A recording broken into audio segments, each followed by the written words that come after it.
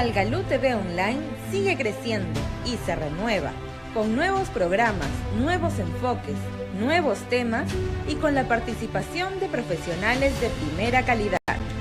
La primera infancia primero. El medio ambiente, sus derechos y yo. Diálogo abierto. Infancia sin violencia. Y nutrición en la infancia. Una visión responsable y solidaria que integra el conocimiento y el valor de la experiencia con una nueva expresión ágil y dinámica.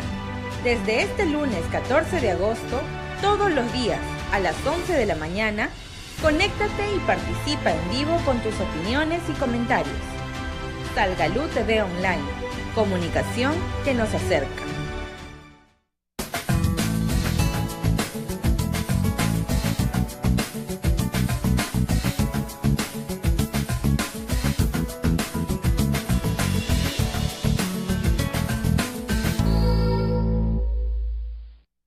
¿Sabías que en el Perú hay más de 3,5 millones de niños menores de 5 años? ¿Sabes cuántos de ellos están desnutridos? ¿Cuántos reciben educación inicial? ¿Cuántos viven en hogares sin luz ni agua potable? ¿Cuánto de presupuesto se asigna para solucionar estos problemas? ¿Y sabes cuánto se ejecuta? Esta información y muchos otros datos relevantes están en el Infobarómetro de la Primera Infancia, una herramienta virtual que muestra estadísticas con rostro humano a nivel nacional, regional, provincial y distrital. ¿Quiénes son?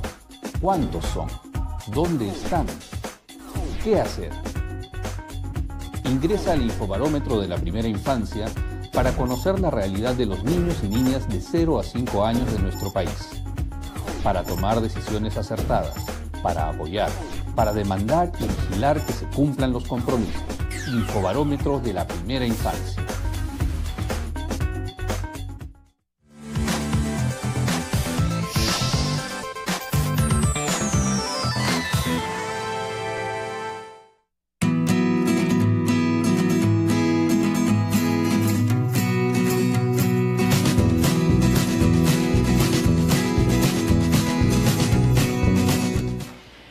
Amigos, ¿cómo están? Bienvenidos a una nueva edición de Nutrición en la Infancia. En esta oportunidad, pues vamos a hacer algo muy importante y que muchas veces nos vienen solicitando, pidiendo, y lógicamente que hoy tenemos esa gran oportunidad. Ustedes saben que nosotros venimos recibiendo la colaboración de Munaico y ellos nos han traído ideas sumamente fantásticas de proyectos que vienen desarrollando y que son muy importantes porque realmente con estos proyectos que si se multiplicasen, realmente podríamos resolver una serie de problemas muy serios con relación a la salud, especialmente de nuestros niños. Y yo creo que este es un tema que nosotros vamos a conversar y es Programa Mulia Huertos Escolares. Para hablar de ese tema está con nosotros María Antonieta Alba Horna, agrónoma de profesión. Realmente te agradecemos mucho por estar con nosotros. Yo sé que esta es una novedad para nosotros, pero es algo que tú vienes trabajando hace mucho tiempo, conoces el Perú a lo largo y ancho y vienes estudiando, haciendo investigaciones muy importantes relacionadas con el tema. ¿Qué significan estos huertos? Y gracias por estar con nosotros. Muchas gracias. Es una oportunidad en realidad, el tener la oportunidad de... Quisimos definirlo de alguna manera y terminamos definiéndolo como una transferencia de capacidades. O sea, es transferir la capacidad. Estábamos recordando una anécdota que tuvimos cuando se entregó este huerto de Muya, y era de que no estuve presente en la entrega porque yo quería que lo entregue la persona encargada de la huerta. Y al final la persona encargada de la huerta, mis saludos para Rosita, respondió a todas las preguntas de tal manera, a las inquietudes de las visitas, las propiedades del producto, cómo consumían los productos, cómo sembraban los productos, que le preguntaron si había estudiado alguna carrera. Entonces ella no dijo, solamente curiosidad y acción. Me preguntó mucho durante el proceso, conversamos mucho durante el proceso, inclusive, y algo que hacemos como Munaico es adaptarnos a la realidad en ese momento. El huerto es una herramienta. no es el final. El huerto es aquella herramienta con la que el consumidor va a elevar su nivel nutricional, va a tener un relax, es decir, hay muchas cosas más allá que pueden empoderar a la persona. En este huerto hemos visto que los niños empezaron a poner sus piedritas con colores, empezaron a intervenir. El primer momento fue, lo van a romper, que lo rompan, le digo. Claro. Pero lo van a jalar, que lo jalen. Que si quieres ver una menta, pues la va a arrancar y la va a oler. Entonces, en una vitrina no puede estar. Pero te vas a dar cuenta que los niños, tantos años con esto, imagínense, los niños empezaron a traer plantitas. Ay, qué bonito. Sí, ay, ha brotado esta papita, ponla, ha brotado esto, tengo una sábila. Y el huerto empezó a enriquecerse más allá del marco inicial. Más allá del marco inicial. Y eso es lo que buscamos. La propuesta es, empezamos a trabajar con ellos, empezamos a empoderar, empezamos a diseñar para ellos y vamos mejorando la propuesta y dándola para ellos mismos.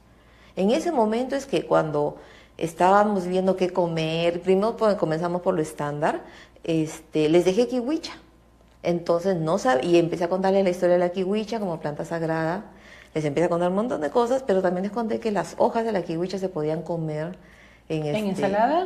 No solo en ensalada. ¿Han visto cuando el yuyo se mezcla con ajito Cierto. y se reboza con papa? Bueno, pues la kiwicha da muchísimas hojas antes de producir grano. Entonces tenían pues para hacer, o sea, tenían para poder consumir, tenían para poder trabajar y con unos índices pues de proteicos y de calcio pues enormes. Y esto fue muy bonito porque Rosita fue la encargada de transmitir eso y hacer las pruebas y hacer la degustación. Y eso es lo que buscamos.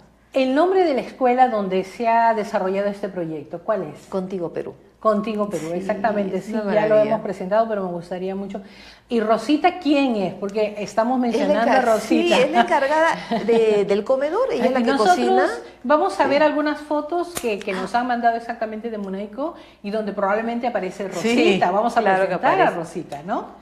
Vamos a presentarla, es una maravilla, es una maravilla. Aquí está el Aquí inicio, si nos puedes sí. describir, por favor. En realidad era un sitio abandonado completamente. No hay una toma ahí que todavía pudimos sacar una de las visitas en las que buena parte de eso había sido desmonte. Ya. Había sido desmonte y lo hemos trabajado, lo hemos limpiado, los padres muy colaboradores, movieron las piedras, movieron las cosas. Había este miedo de que como era la zona de juegos con los niños, interviniera en la zona también, y lo que comentaba, que le intervengan, el sitio es de ellos, el sitio es de ellos. Y para ellos, ¿no? Y para ellos. Entonces toda esta zona fue una zona pues donde habían botado parte de lo que se había reemplazado de techo, sillas que ya no servían, son silos abandonados, inclusive donde ven los hoyos, y ahí estamos nosotros ya entrando a intervenir la parte, ¿no? Empezando a poner las enmiendas, les iba explicando para qué se utiliza. Porque es todo un trabajo, que hay que preparar la tierra, Hay que ¿no? prepararla, y en eso del prepararlo vamos rescatando algunas técnicas, vamos explicando, porque no es un tema solo de instalación, es un tema de capacitación. Es un tema de explicarles por qué las cosas. Ellos al principio no creían porque el 70% de esto que ven ahí es tierra de ahí mismo, que lo que hemos hecho es limpiarla, sacarle cosas, sacarle la basura, también, fortalecerla, ¿no? Ponerle las enmiendas, preguntarles. Ahí las señoras me comentaban, pero en mi pueblo hago esto, en mi pueblo hago aquello, y se iban, ya, para eso vamos a trabajando. Y ahí es donde las señoras empiezan a hacer pircas, que son estas construcciones de piedra para contener el suelo, y empezamos a hacer, ella es Rosita. Ahí está nuestra querida Rosita. Sí, estábamos en ese momento armando las camas, enseñándole cómo armarlas, cómo trabajar, cómo hacer los pequeños surcos de siembra. Y empezamos a sembrar algunos almácigos que habíamos traído de lechuga, poros, apios. Y la curiosidad comenzó, pues. Claro. Los chicos empezaron a hacer, ahí están las profesoras. Un equipo muy lindo. Yo las encontré impartiendo clases sobre medio ambiente, cuidado, sistemas, y lo que hemos hecho es empatar en realidad. Claro. Empatar el por qué usarlo, cómo usarlo. Ahí estamos con los profesores en el aula, impartiendo un poco más, y ese día estábamos haciendo un poco de énfasis en el tema de ecoladrillos, es decir, toda la basurita ponerla en botellas descartables para irlas poniendo alrededor de los jardines, y estamos haciendo énfasis en los botiquines. en botiquines de ahí mismo. Si hay un poco de resfrío, o sea, las cosas básicas que antes curábamos con plantas. Claro. Entonces ahí van ellos mejorando las pircas, arreglando, haciendo un poco de abono. Les instalé un sistema básico de riego, el cual fuimos mejorando conjuntamente según diseñamos, y ahí tienes... Ya hay resultados. Sí, hay ahí, resultados. ¿no? En realidad ya estaban comiéndose los rabanitos. El apio, por ejemplo, muchas personas cultivan el apio y lo arrancan. En realidad, cuando el sistema es... Ahí están, por ejemplo, las piedras que pueden ver, que los niños empezaron a adornar la huerta. Ellos mismos no podían, o sea, no podían mantenerse alejados, tenían que estar ahí interviniéndola, consumiendo, oliendo. La kiwicha son las plantas que ven las más grandes, y comiendo los brotes tiernos, y ahí está todo el staff contentísimos, porque este proceso no fue muy largo, no fue muy largo, fue en ¿Qué pocas tiempo semanas. dura? En 2 semanas teníamos ya plantas cosechadas. Crecidas, No, cosechadas ya. ¿Por qué? Porque lo que nosotros estamos es preparados con almácigos ya, no solamente dejamos como en este caso de la imagen tan linda, este rabanito, sino que también llevamos plantas. Entonces llevamos plantas ya crecidas. Ya creciditas. Porque yo, mira, no dejo, en todos estos años que he hecho huertas, yo no dejo emocionarme cuando cogemos el primer rabanito. O sea, no dejo, mira, rabanito, mira, la selga creció, ¡ay, qué bonitas están acá! No dejo de hacerlo, pero también entiendo el proceso cuando no hay la costumbre de sembrar, y bueno, de aquí vamos a hacer el almácigo, y del almácigo vamos a hacer trasplante, y de trasplante. Entonces, son 2 meses, 3 meses, y la impaciencia. Entonces hacemos una cosa mixta. Mientras hago los almácigos, mientras hago las siembras directas, vamos trayendo plantines. Entonces, cuando llega el momento, ya estamos en 2, 3 procesos que van. Las profesoras, Rosita, sabe que cada 2 semanas va a ir sembrando tal cosa, o cada mes va a hacer un almácigo de aquello. Se hace un cronograma. Se empieza a hacer un cronograma, y también obviamente las cosas que les gustan más. Me gusta más esto, me gusta más aquello. Y empiezan a trabajar el huerto sobre lo que les agrada, sobre lo que consumen o sobre novedades. Y ese es el tenor, que consuman, consuman. ¿Sí? No, eso es lo más importante. Es que es lo al fin y al importante, cabo, en ¿no? realidad, es importante. ¿Y qué productos porque algo que es muy importante es el factor climático, ¿no? O sea, cómo ella se ofrece generosamente, el agua, la tierra. ¿Qué plantas son las que responden mejor a esta zona? En los huertos hay una cosa que es un poco... Mezclo el empirismo con lo profesional tremendamente. Claro. ¿Sabes qué? He encontrado que los mejores resultados son haciendo un mismo ecosistema. Por ejemplo, no deberían las lechugas haber estado produciendo bien, pero han estado bajo la sombra de las kiwicha. Ya. Y en los espacios he puesto el rabanito que salía pues un mes antes. Entonces lo que hemos estado haciendo es una mixtura. Hemos hecho muchos ensayos, hemos sembrado casi de todo. Simplemente para que ellos...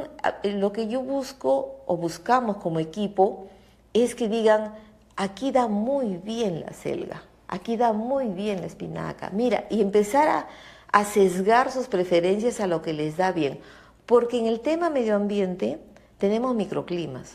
Claro. Entonces, inclusive el jardín alto no está teniendo los mismos resultados que el jardín que está 4 metros más abajo, pues son dos zonas.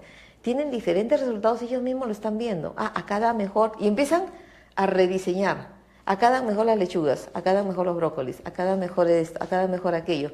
Y empiezan a trabajar prácticamente un ecosistema interesante. En varias zonas donde yo he estado, casi no hay límites a lo que puedan utilizar. Lo que se hace es durante el año ver en qué momentos del año se da mejor a esto o aquello. Ya. Y así se trabaja bien. Ahí se va aprendiendo el tipo de plantas que se debe poner. Sí. Bueno, nosotros tenemos literalmente 2 estaciones, pero más o menos hay pequeñas diferencias entre la primavera y el otoño, y saber, ¿no?, qué tipo de plantas se puede cultivar en esas épocas. A mí me ¿no? encantó porque empezaron a hacerme preguntas sobre qué más poner. Ya estaban entusiasmados, querían poner árboles, frutales, moras. Entonces, y ahí era establecer un poco qué árboles son adecuados, cuál es el consumo del agua, cuál sería ideal que eso trabajar. Es importante, ¿no? Es muy importante, en realidad es muy importante, porque el hecho de hacer camas, solamente hacer las camas y prepararlas bien, hacen que el consumo se concentre en la planta. 1. 2, el mantener la huerta cubierta siempre. porque muchas veces lo que hacen es voltear todo y comenzar de nuevo, ¿no? Yo lo hago muy intensivo. Entonces, sacamos una cosa, estamos poniendo otra, sacamos otra cosa, estamos poniendo otra.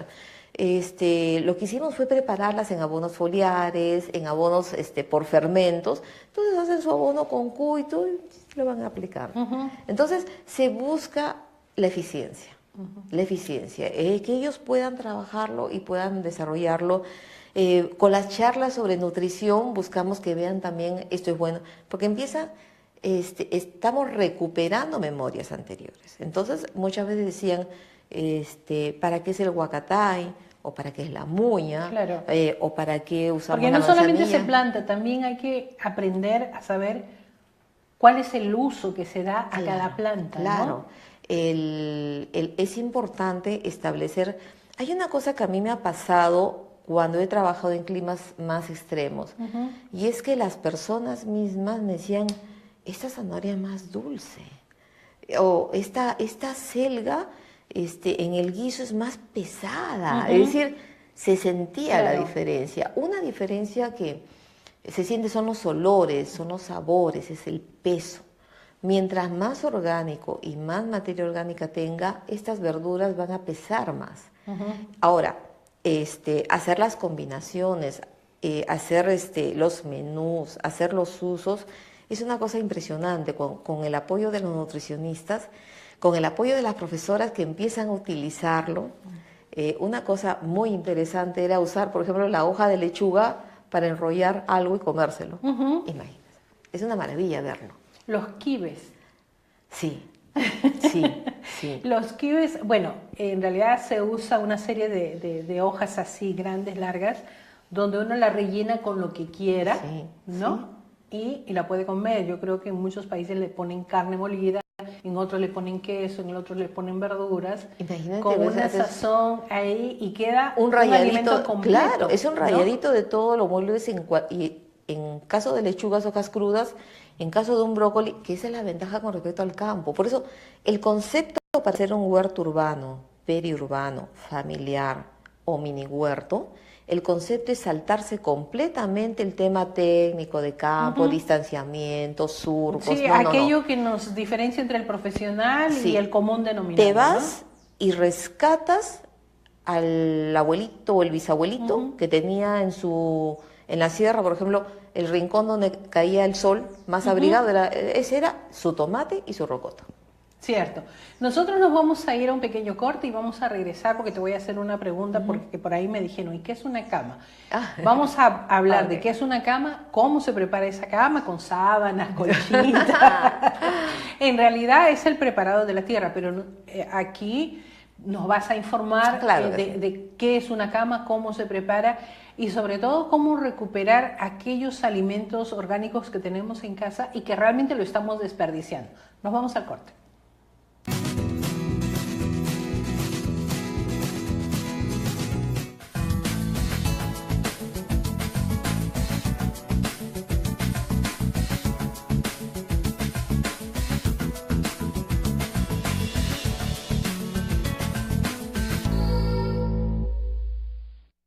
Salgalú TV Online sigue creciendo y se renueva, con nuevos programas, nuevos enfoques, nuevos temas y con la participación de profesionales de primera calidad. La primera infancia primero. El medio ambiente, sus derechos y yo. Diálogo abierto. Infancia sin violencia. Y nutrición en la infancia. Una visión responsable y solidaria que integra el conocimiento y el valor de la experiencia con una nueva expresión ágil y dinámica. Desde este lunes 14 de agosto, todos los días a las 11 de la mañana, conéctate y participa en vivo con tus opiniones y comentarios. Salgalú TV Online, comunicación que nos acerca.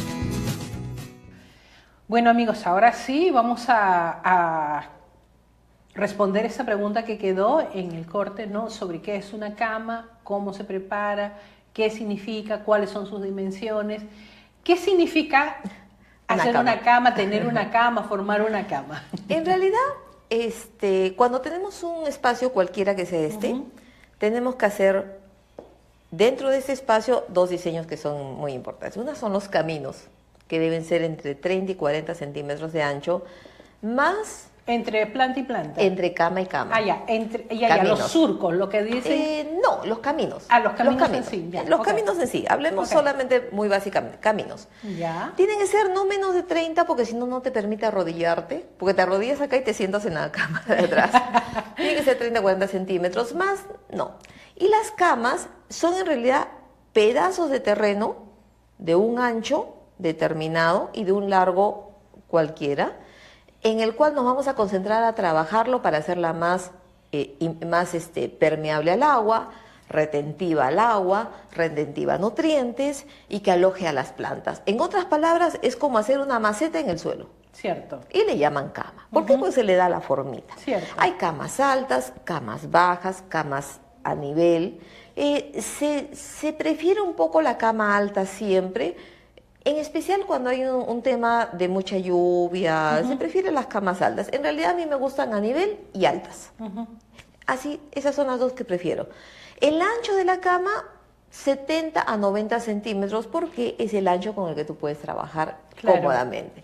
Si son muchos niños, es 70. Si son más jóvenes, hacia adultos, Un poquito más larga. 80, 90, un metro. Máximo, más no te permite. Claro. El otro detalle es, para poder trabajar bien y de manera sostenible y de manera adecuada el agua, esta cama debe simplemente ser una esponja completa, de manera que no requiera riegos constantes, sino los mínimos necesarios para que esta produzca bien. Entonces, no es bueno si una cama uno le está trabajando y de repente riegas y tienes el agua a 1 metro, porque en realidad la mayor parte de las raíces están por debajo de los 40 centímetros, o perdón, por arriba de los 40 centímetros. No necesitas utilizar mucha más agua, necesitas mantener el agua. Pero lo segundo para mantener el agua es mantener cubierto el suelo por una cosa muy obvia. Mientras el suelo esté cubierto no va a evaporar. Entonces las mismas plantas retienen el suelo, las mismas plantas mantienen microclima, ¿no? Un microclima, una pequeña tensión en el agua, de modo de que no permitan pérdidas.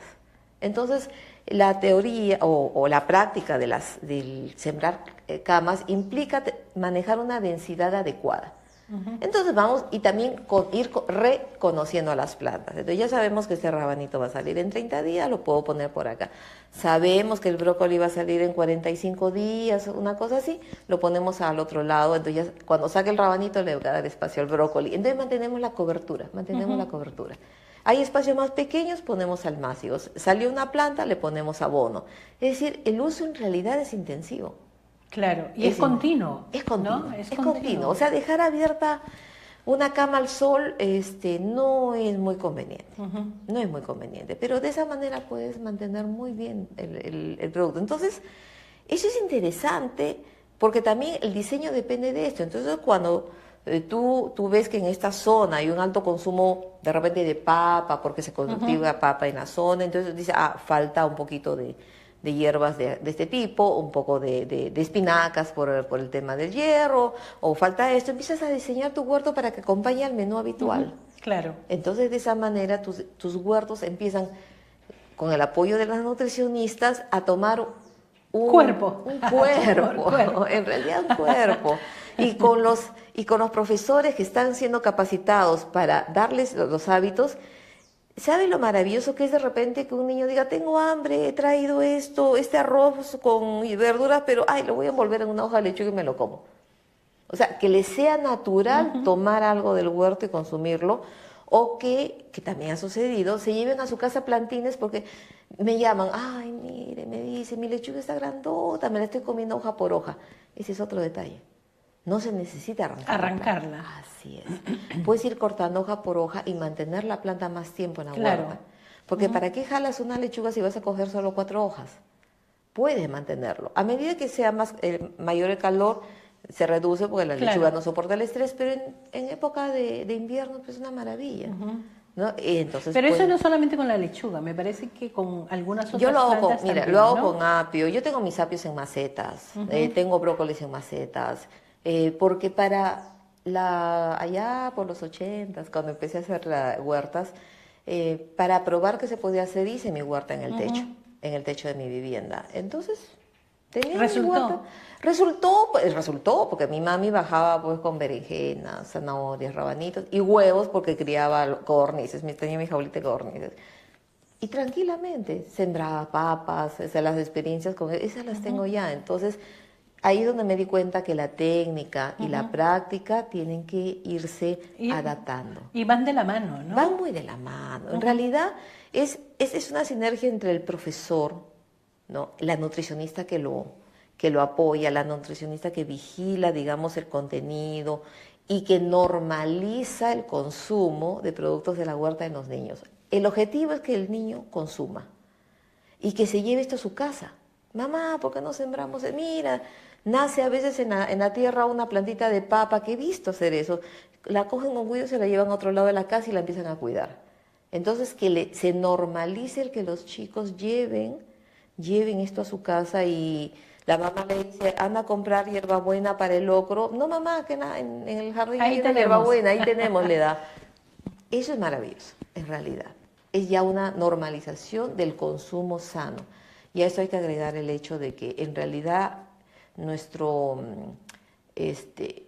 país la aplicación de agroquímicos es enorme. Lo que se logra colateralmente con los jóvenes es que también entiendan que no se necesita meterle veneno a una huerta para que ésta produzca. Es solo cuidarla, ¿verdad? Es solo, en realidad es... Pero también ¿Saben qué hay es? algunos elementos naturales que pueden servir para evitar la propagación de los bichos, ¿no? Pero hablando pues desde el objetivo de Munaico, nutres al suelo y la planta resiste casi todo. Claro. Es decir, una Es planta como un bien- niño que es que es tiene, cierto. que ha tomado la leche Sí. durante 6 meses Sí, mínimo, sí. ¿no? Que Si tiene tu sus suelo- antibióticos Así y es. está fuerte. Y esto lo hicimos así. Si el suelo está bien nutrido, No hay problema. en realidad lo que han estado es lavando plantas, podando algunas hojas que estaban malas y metiéndolas al compo, enterrándolas. No han hecho mayor uso, inclusive ni siquiera de los pesticidas naturales que se le enseñó, Cierto. no, ni siquiera lo han usado lavados, han usado podas, porque pensaron, y donde el suelo se veía más nutrido o le habíamos cargado para experimentar un poco más de abono, un poco más de estiércol de cuy, de lo que hubiera, las plantas han estado más sanas. Entonces es cuidado, es el día a Claro. día, ¿sí? En realidad es muy interesante porque aquí estamos viendo diversos elementos. Primero, tener un pedacito de tierra, ¿no? Segundo, tener a una profesional como tú, porque si no, realmente es un poco más complejo y saber cómo cuidarlas, ¿no? Pero también hay el tema del reciclaje que me parece que ustedes cuidan mucho, ¿no? Estos alimentos que la nutricionista va a preparar, pero hay alimentos que no tienen grasa, que son las cáscaras, qué sé yo. Eso ustedes las reutilizan, me Se parece, reutiliza ¿no? bastante, se reutiliza bastante. Se pueden hacer violes, se pueden hacer compost, se puede hacer purines, es decir, se puede dar, vuelve a lo mismo, es según la realidad de lo que tengamos. Yo he llegado a tener composteras enormes donde le hemos puesto De todo. O sea, cuando te digo de todo, es de todo. Entonces, siempre hay alguna manera de reciclar esto.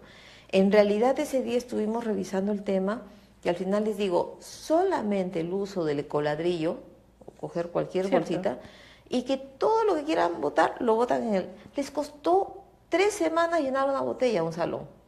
Porque se daban cuenta que con su palito lo iban hundiendo y de repente, le digo, solo el hecho de que hayan reunido toda esta basura en una pequeña botella han hecho que se necesite un relleno sanitario menos.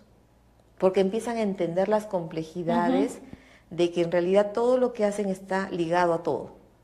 En realidad. Claro. Todo está ligado a todo. Entonces, reciclar es una cosa muy, muy interesante para ellos. ¿Cómo sabemos, por ejemplo, que un suelo está muy vivo, muy interesante? Le digo, ya, entierra un papel. y olvídate 7 días. A ver, trata de desenterrarlo después. Si este suelo está vivo, está orgánico, muy nutrido, el papel no lo encuentras. ¿Por qué? Porque hay microorganismos que pueden comer celulosa. Claro. Así es. Entonces, significa que tu suelo está ok. Entonces se le da, de repente, en un proyecto enorme, puedo decir, por favor, manden a hacer un análisis microbiológico del suelo. Pero acá mi análisis microbiológico es meter un papel. Sí. Claro, y ahí se ve el resultado, fascinan, ¿no? Claro, se fascinan porque ven que todo esto redunda y los chicos se vuelven expertos, porque dicen, el rabanito es bueno para esto, o la lechuga te da fibra, y empiezan, ¿no? O la kiwicha te va a dar calcio, o empiezan pues en una de mis visitas, acá hay un gusano, yo no me había dado cuenta, ellos habían fijado que un rabanito tenía un huequito. A buscar al gusano entre todos. Es decir, empiezan a conocer su huerta. Claro. El objetivo es que conozcan su huerta mejor que yo. No importa que yo sea profesional en esto, no importa que yo tenga bastantes años en esto. Siempre el objetivo, porque lo diseñamos como grupo, era que la persona tenga este conocimiento para sí y lo mejore. Claro. Y lo mejore, lo entronice, o sea, que esté muy... A mí me maravilla cuando me dicen, no, mejor así. Dije, ahora conoce su huerta mejor que yo. Ese es el objetivo en realidad. También los estimulan, los incentivan para que lleven a sus casas y la familia comience a decir esto es interesante, porque además ayuda a la economía también. En muchas de las imágenes que hemos visto están los padres y todos opinaron. Ha sido bonito porque cuando empezamos a trabajar primero dijeron... Acá no va a crecer nada. Sigan ustedes, yo les aseguro que sí, pero ¿por qué? Porque hemos sacado vidrios, ropa, no hay ladrillos. tierra no productiva. En realidad no. Cuando el agua está bien, no hay tierra no productiva. Y nosotros, no se preocupen señores, y después ha sido bonito porque es lo que dije hace unos momentos, ¿no? Se llevan algunos de los almácigos a su casa para tener, entonces buscan ya su tierrita, hacen su cajita de fruta, un balde, lo que sea, y tienen su acelga, su lechuga. Mira, en el tema medioambiental, en el tema de tener la naturaleza en uno, inclusive si quieren sembrar rosas, geranios u otro tipo de esto, feliz, porque ya están sembrando. Y recordemos, y algo que me ha gustado, porque lo hemos dejado en esta experiencia Munaico, es que ellos ya estaban preocupados por arborizar, porque se les venía el verano. Claro. Y está comprobado que una calle arborizada puede tener hasta 10 y 15 grados menos. Cierto. No, y dependiendo del tipo de árboles también que se pongan, es, ¿verdad? ese es otro detalle. Entonces, busquemos, y con el equipo estamos en esto, busquemos dar valor a aquellas plantas, por ejemplo, el matico. El matico es un pequeño árbol que es una botica viviente. Le decían la hierba del soldado, porque siempre que un soldado, y eso me lo contó una ancianita, ¿cierto? Muy ancianita, de un convento de clausura, que su mamá se lo había contado, que en la guerra hacían hojitas secas de matico y se lo ponían en la cartuchera al soldado. Si tiene ampollas, lo masticaba y se lo ponía. Si tenía problemas gástricos, hacía una infusión y se lo tomaba. Si tenía una herida, masticaba la hoja y se la ponía. ¿Por qué? Porque tiene evidentes beneficios antibióticos o bacteriostáticos en realidad, antiinflamatorios, pero eso lo sabían y ahora ¿quién lo sabe? Yo creo que vamos a empezar a plantarla. Sí, es una maravilla en realidad. Sí, nosotros nos vamos a un pequeño corte y realmente vamos a hablar de este maravilloso árbol y de la cantidad de árboles que son importantes justamente para contrarrestar los rayos del sol, que son importantes, pero en exceso tampoco no es muy saludable. Y ahora los índices están muy altos. Y ahora los índices realmente nos señalan que debemos cuidar a nuestros niños y a nuestros ancianos. Absolutamente. Son dos etapas de edad que necesitan todo nuestro... Sí, la fragilidad que ellos tienen. Nos vamos al corte y regresamos enseguida.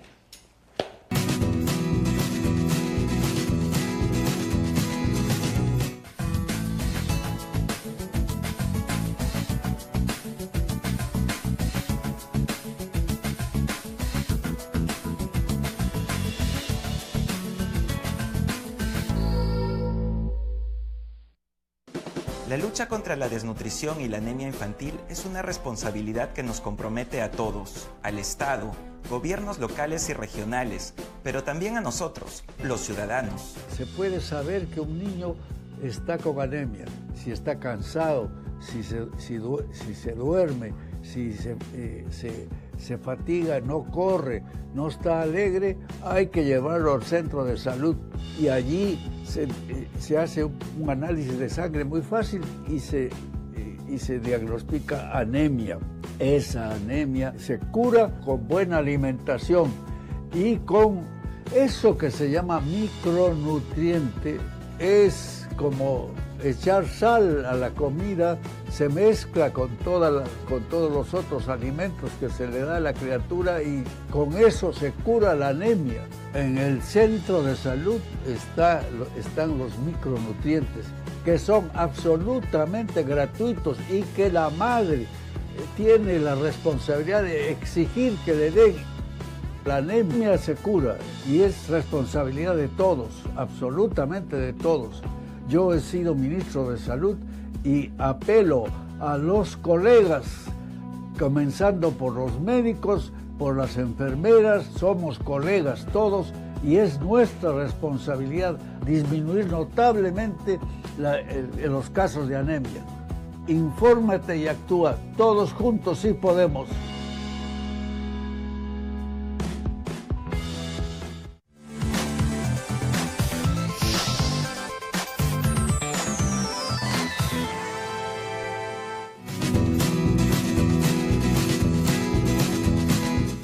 Bueno, nosotros queremos saber, pues, porque yo creo que la mayoría estamos interesados en saber en un lugar más o menos grande, qué tipo de árboles específicos, porque después vamos a regresar al huerto, saber quiénes pueden participar, cómo pueden participar, los beneficios que se tienen con relación a este huerto. Pero ya para cerrar, porque nos quedamos con ese tema en el aire, ¿qué tipo de árboles son realmente importantes para que nos dé una mayor oxigenación y evite los rayos solares que están muy fuertes? Mira, en realidad la experiencia me lleva a decir que busquemos un poco en la historia los árboles propios de la zona. Los árboles propios de cada zona lo son por algo. Por ejemplo, y eso se ha comprobado, en una calle, repito, en una calle, la diferencia en grados en un lado con árboles y un lado sin árboles es pero enorme, completamente. Los mejores árboles para sombra siempre van a ser los de hojas pequeñas o foliolos, pequeñitos. Te van a dar... ¿Por qué? Porque son muchas hojitas rompiendo el tema del calor, más que una sola hoja grande. Entonces estas plantas, algarrobos, ¿no? Las poncianas mismas, que, oh maravilla, en verano es que se visten, cierto. Claro. La moringa, que siendo un árbol tan pequeñito, porque es delgadito y todo lo demás, se pone con el huerto tranquilamente. Pueden usar enredaderas para una huerta. De repente una huerta en una zona con mucha iluminación, pueden ponerse una maracuyá. Claro. Que tranquilamente una maracuyá te cubre. ¿Por qué pues la gente tiene cierto reparo en poner el maracuyá? Por los gusanos. sí. Pero realmente es que son gusanos bonitos. Es que, bueno, no son tan bonitos, ¿no? Para una persona... Bueno, a mí me gusta. A mí, no, es que yo lo veo desde el punto de vista de las personas que se horrorizan. En realidad el gusano a la maracuyá, mientras no exceda cierta cantidad, provoca que la fruta salga más dulce. La poda. Ya. En cultivos comerciales de maracuyá está la práctica de podar y extraerle ramas para que la fruta venga con más peso y más dulce. Cierto. Entonces, en realidad, para fumigarlo, solamente es observación. Cuando se trata de maracuyá, siempre a mis alumnos les digo, solo observen. Va a ver, un día van a encontrarse con una hoja esta comida.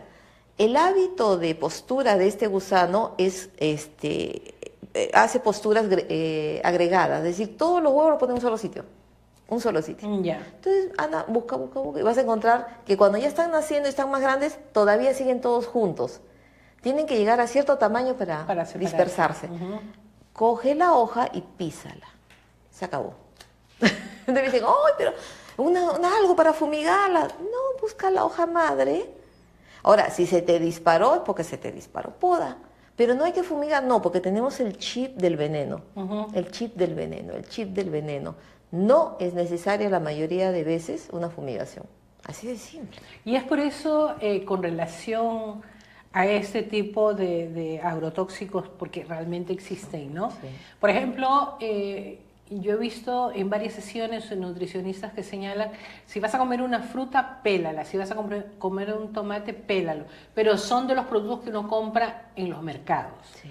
¿no? Pero no porque las cáscaras no sean saludables, sino por el problema de los tóxicos. Sí, esa es la ventaja en nuestra labor.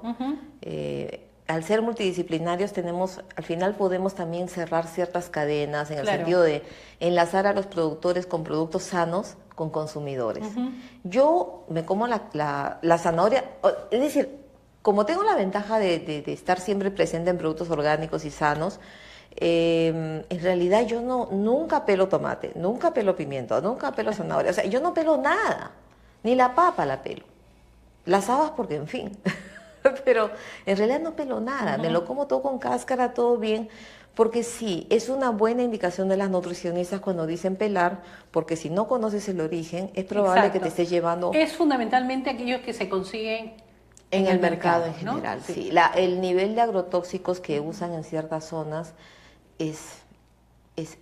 son muy fuertes, ¿no? es terrible. En realidad la palabra es terrible porque va más allá de lo técnico, inclusive. Si técnicamente se debe usar A, ellos usan hasta la Z.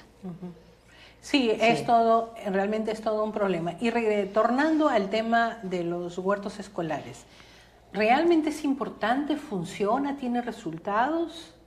Tiene resultados. Un primer resultado, el hecho de que, vuelvo a lo mismo, normalizar. Mira, a mí en todos estos años que llevo, y siempre hablo de los años y los años, pero sí son años, que llevo enseñando huertos, ha habido personas que ya empiezan a decir que no conocen la planta de tal cosa.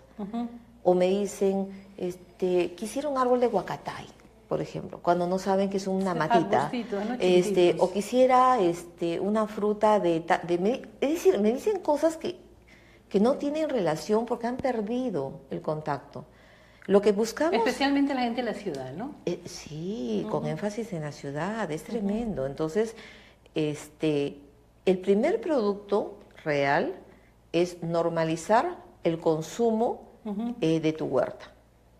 El hecho de que y hablemos de colegio, voy a decir un colegio que... No, un momentito. Si en ese comedor del colegio no vuelven a comprar huacatay, orégano, cualquier hierba que se le meta a la comida, ya es un ahorro, y es un ahorro real. Y es un ahorro en dos sentidos, el ahorro económico de no tener que comprarlo, pero un ahorro en salud, porque no saben de dónde viene esa hierba. Claro. No saben. Entonces, el tema está que estos huertos están ligados también a temas de alergias, a temas de envenenamiento, a temas de una serie de cosas. Cuando la persona empieza a tener parte aunque sea de su producción orgánica, si en su casa si en la casa, porque el objetivo es que se conozca en el colegio y esto se ha llevado a sus domicilios y a su casa y conozcan la importancia. Pero si esta señora tiene sus propios tomates y comen sus tomates, imagínate, en una planta que es tan fumigada, es un logro enorme. Entonces, normalizamos el consumo de productos. Al normalizar el consumo de productos orgánicos o sanos, para no usar el término orgánico, o libre de pesticidas, para usar otro término, este resultado hace que la salud en general prospere, porque es un producto con más peso, con más materia seca, más nutritivo. El objetivo es nutrir. Claro. El huerto es una herramienta, vuelvo a lo mismo, el huerto es solamente una herramienta, sostenible a medida que vayan dejando de adquirir algo. Digamos que el colegio se vuelve experto solo en 3 cosas, lechuga, rabanito y de repente tomates. Cierto. Ya, no puede porque no tiene mucha área hacer más cosas. Pero basta que parte de su alimentación se base en estas lechugas, rabanitos y tomates propios para que esto sea ya un logro enorme. Tienen pues en ese momento un porcentaje de su alimentación libre de pesticidas. Y eso es importantísimo en realidad. Y aparte del conocimiento que se adquiere en el cultivo, en el preparado de la tierra, en saber que ese nutriente lo he hecho yo como alumno, y realmente representa, como decían algunos niños, es como un alimento aparte del alimento que significa en sí esa planta, empiezan a interpretarlo. Es decir, la ventaja de capacitar es que cuando tú les empiezas a conversar, te das cuenta en el momento en que el niño dice, no, esto es así mejor. O sea, empieza a opinar.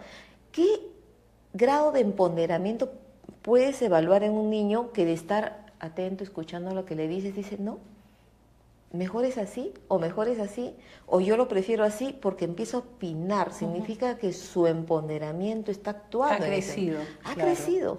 Entonces ya tenemos chicos que cuando llegaba a la huerta, ahí hay un gusano. ¿Dónde? Sí, yo he visto un gusano, a ver, vamos a verlo, y empezaban ellos a opinar, no, y eso está muy junto, mejor habría que separarlo. O sea, empiezan a hacer suyo el huerto. Eso implica un grado de empoderamiento, implica grados de conocimientos básicos de alimentación, conocimientos de nutrición, cuidado del medio ambiente. Empiezan a darse cuenta, y luego dense cuenta cuando caminan por la calle, un día de febrero, un calor tremendo, se van por la parte libre o se van por los arbolitos. Ya, los árboles arman ecosistemas, busquen árboles de la zona, busquen árboles, estudien sobre los árboles. Voy a hablar mal de una especie que se da mucho en costa, pero que en realidad yo nunca le he recomendado, son los ficus. El ficus es un árbol de zona de lluvia. Los ficus rompen cisternas. Porque absorben mucha agua. Porque pueden recorrer buscando agua con las raíces, son tremendamente agresivos, levantan pisas, rompen cisternas y no aportan, porque no son tampoco aparasolados, y en realidad tendría que ser un ficus enorme en un parque que te dé toda una sombra de 10, 20, 30 metros cuadrados para que funcione. Pero ¿por qué señalan al ficus, y de repente la lectura ha sido mala, que es un árbol muy importante para la oxigenación? En realidad lo que pasa es que es por la cantidad de hojas. Pero en realidad para oxigenación son los caducos, porque renuevan.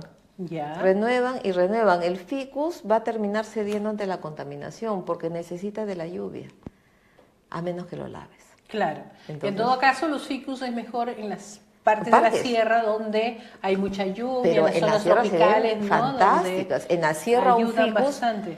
Y bueno, esta es una opinión personal, pero muchos ficus se han traído porque son muy bonitos para darles formas de bolitas, tablitas, le dan formas. El ficus se presta. Porque es un árbol agresivo. Va a estar siempre verde, siempre vivo, siempre lindo, entonces le dan formitas, le dan cositas, Mientras el árbol es más fino, más lindo, mejor, dura más.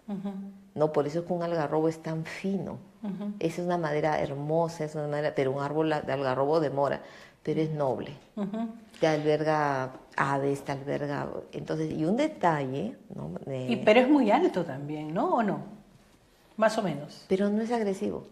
O sea, no te va a romper cosas. No, el algarrobo es muy noble para muchas cosas, ¿no? Y estamos perdiendo. Algunas veces he dado un curso y le digo, a ver, señores, muy bien, primera clase, salimos al parque. ¿Cómo se llama este árbol? No sé. ¿Cómo se llama este otro árbol? Solamente me reconocen palmeras, ficus y molles. No me reconocen otra cosa más. Este es una espatodea o llama del bosque, o tulipán africano, este es una jacarandá, este es un ceibo, este es un ombú, empiezo a enseñarles, tienen que aprender. Así como a veces se van.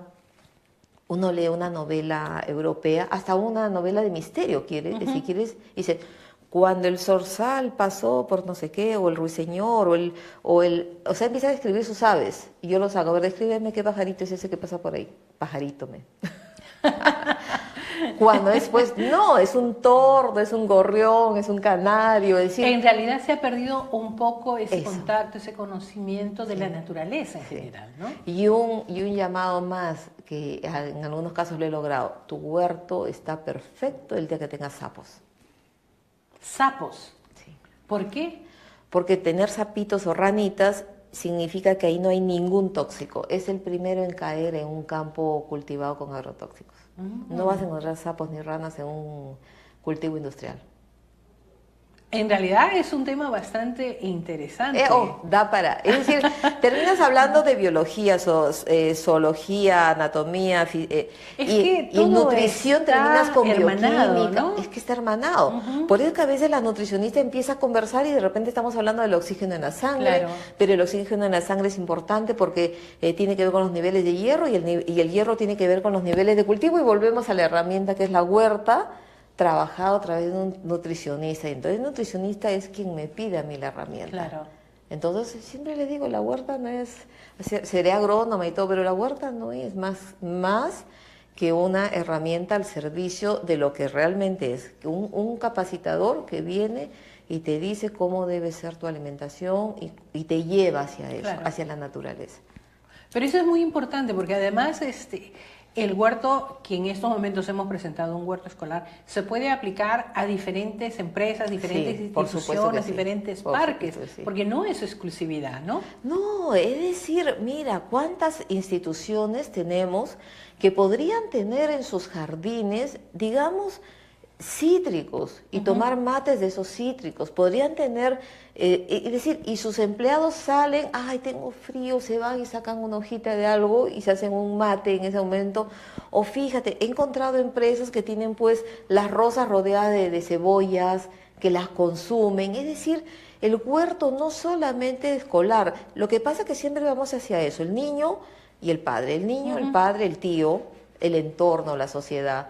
Si el padre en su empresa tiene una huerta, ¿qué va a hacer? Me lo llevo a la casa y le enseño a mi hijo. Y me ha sucedido. Un niño que no comía payares, así lo castigues y le digas que no. Se comió su payar porque se trajo su payar del colegio. Porque es de él. Claro, es su bebé. Lo sembró y se quedó así, esperando. Y cuando produjo el payar, mamá, ¿cómo se come el payar? Bueno, tienes en ensalada, lo que sea, mamá, a comerse eso, porque era su payar. Entonces, este tipo de cosas se hacen empoderando en empresas, en colegios, en institutos, en techos. Es decir, no necesitas inclusive un suelo. Claro. Puedes hacerlo en cajones, levantados, y también en algunos casos yo lo he hecho en mesas para personas que andan con silla de rueda. Claro. Porque pueden, entonces ponen la silla de rueda y empiezan a trabajar su huerta tranquilamente. Se necesita un espacio para poner la tierra, las plantas y tener los sapitos ahí.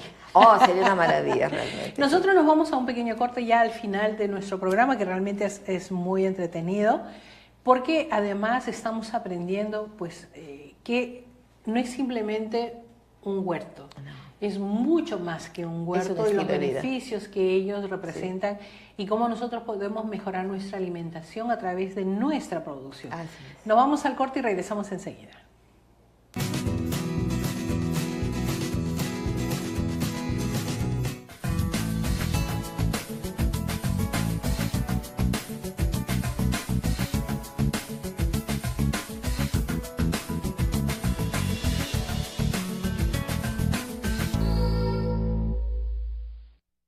La salud y nutrición de los niños y niñas, especialmente en situación de emergencia y desastres, es fundamental. ¿Sabes cómo atenderlos?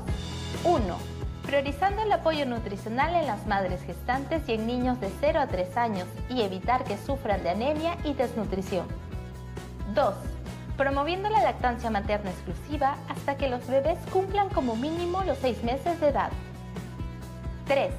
Cumpliendo con el esquema de vacunación completa en los niños y niñas para protegerlos de las enfermedades como el sarampión. Una sociedad informada es una sociedad protegida y preparada. Una sola fuerza por la infancia.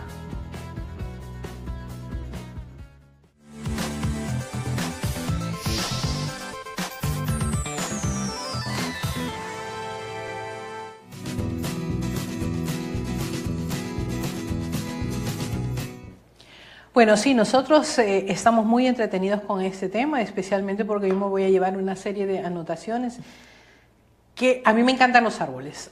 En mi vida he plantado muchos árboles, como te comentaba, me encanta el árbol de la palta, yo soy consumidora de la palta y amo la palta, pero sí me gusta el maracuyá, por eso te preguntaba del maracuyá y la cantidad de gusanitos que hay por ahí.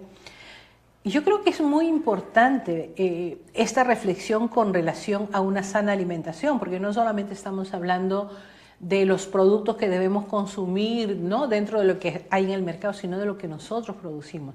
Y me pareciera que en estos huertos escolares es un poco más allá de simplemente producir un tomate, una lechuga, una cebolla.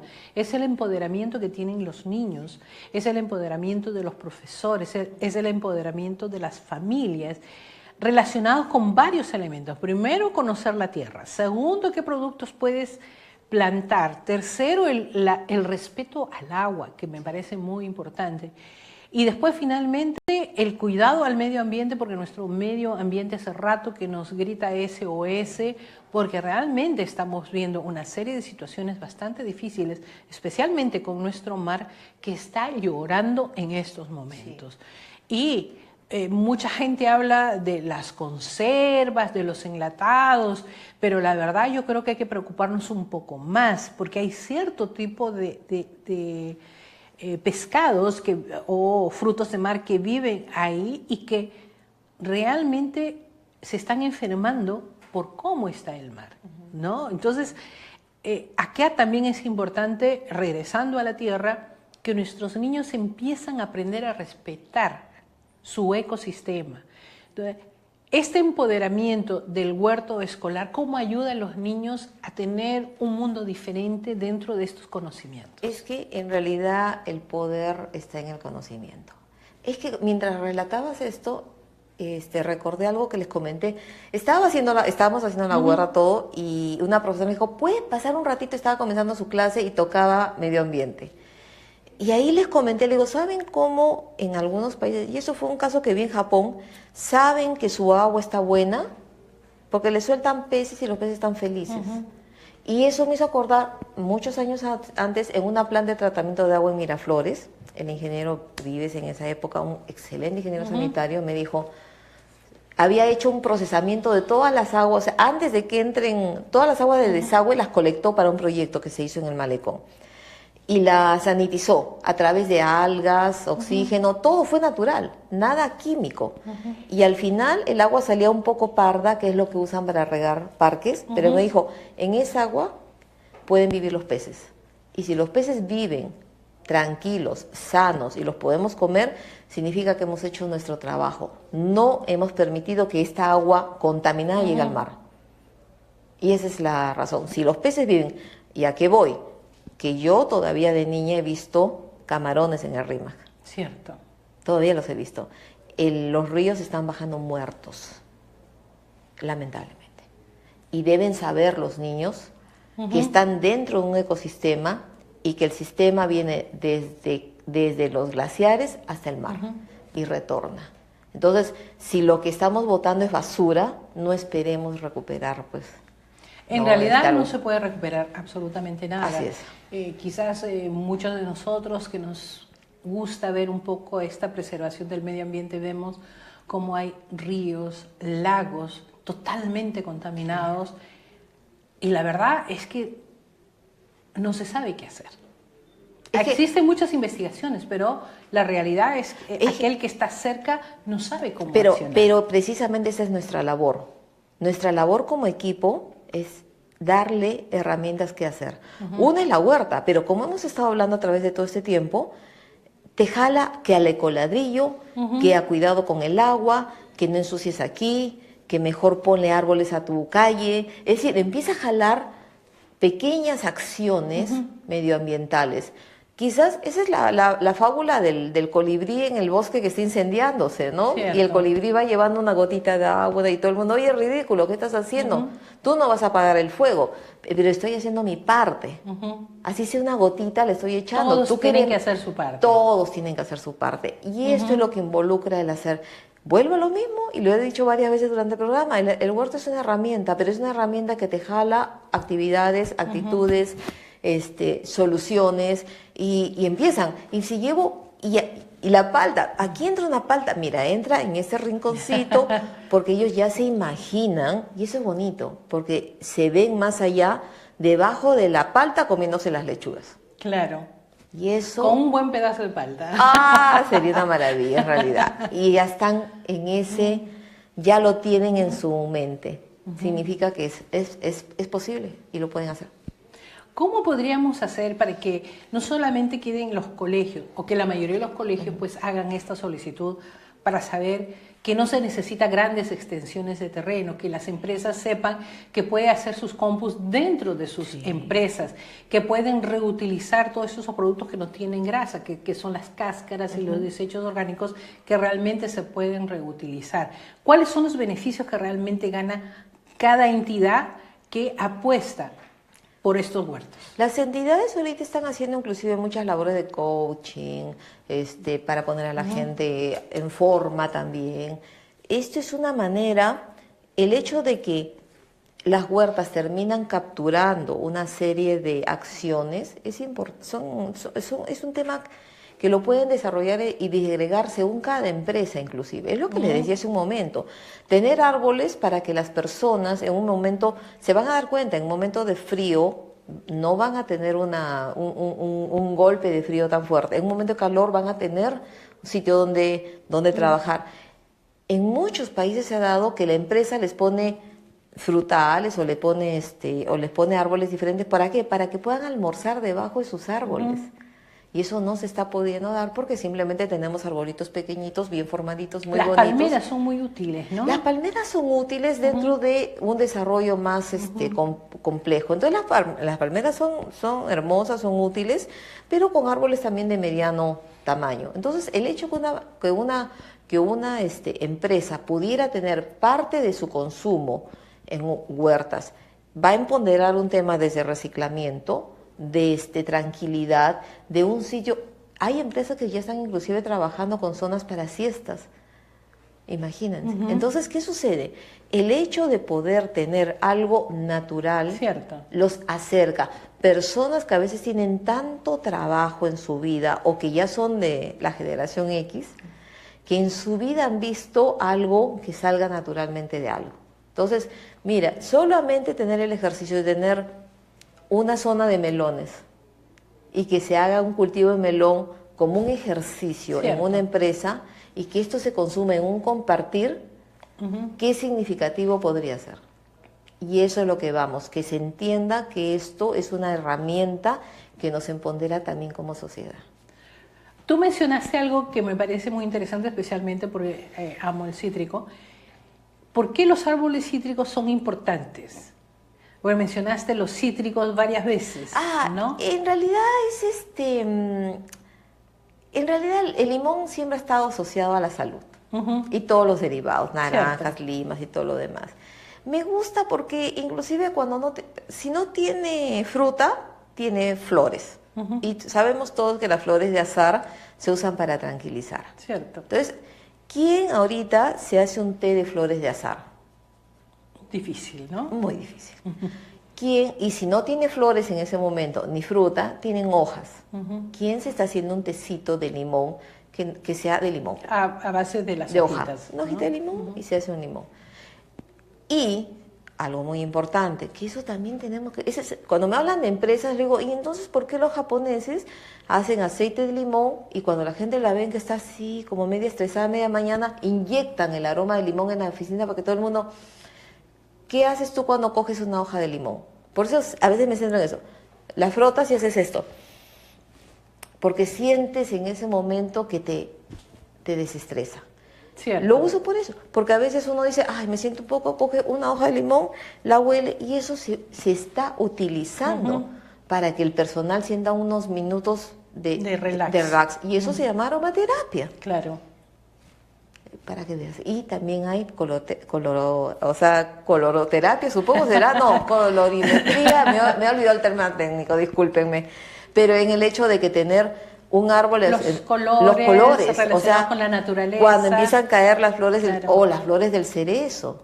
Entonces, si bien es un tema de tradición japonesa, no olvidemos que el parque que está frente a las Naciones Unidas es también un pequeño arboretum de cerezos que se ponen espléndidos y les marcan la primavera. Cierto. Entonces todo el mundo está feliz porque y se van y hacen el picnic. ¿Cuántos acá en el Perú la costumbre de ir a hacer un picnic debajo de un O árbol. los que puedan hacerlo, ¿no? Porque realmente es todo un tema, no es muy fácil, ¿no? No es muy fácil porque se perdió cuando Amancay se urbanizó. Cierto. La tradición limeña de irse de paseo a Mancaes para hacer picnic se empezó a perder. Sí, es una pena. Bueno, ya honestamente estamos al final. Es un tema muy importante porque hemos podido aprender todos los beneficios que se tienen de un huerto escolar. De un huerto escolar. Y de un huerto escolar se puede invadir el mundo para mejorar el medio ambiente. Esa es la expresión, ¿no? real. Un mensaje final para todos aquellos que quieran tener un huerto. Solamente es querer hacerlo. Después es la tierra se arregla, el contenedor se encuentra, no necesitamos hacer una inversión enorme, solamente es hacerlo. ¿Quieren hacerlo en su oficina? Llámenos, entren a la web, ¿no? Cierto, de Munaico. www.munaico.com, pueden entrar, llamarnos a través de ustedes, encontrarnos y siempre estaremos dispuestos a empatar este tema, Puedes hacerlo. ¿Qué necesitas para hacerlo? ¿Tienes algún tema para involucrarlo en el tema nutrición? Porque el tema nutrición no solamente es comer, el tema nutrición es un estado. Munaico lo ve así, es un estado completo, general de salud, salud mental, salud física, salud emocional. Entonces estamos tratando de trabajar a todos esos niveles. Por eso que hablo de cítricos, hablo de parques, hablo de picnic, hablo de varias cosas. Del conjunto. Del conjunto. En realidad, querer comenzar es solamente hacerlo. Y estamos para eso, para ayudarlos a hacerlo. Inclusive los que tenemos una casita pequeña, con un pequeño rinconcito, podemos hacer muchas cosas. Claro que sí.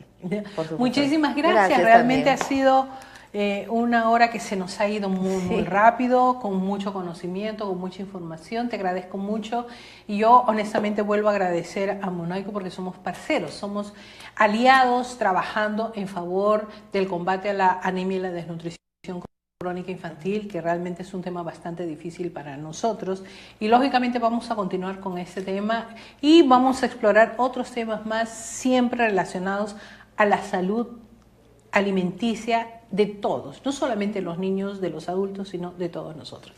Gracias por haber estado con nosotros y con ustedes. Bueno, hasta la próxima semana, siempre con otro tema importante relacionado en favorecer la alimentación de todos nosotros, especialmente la de nuestros niños.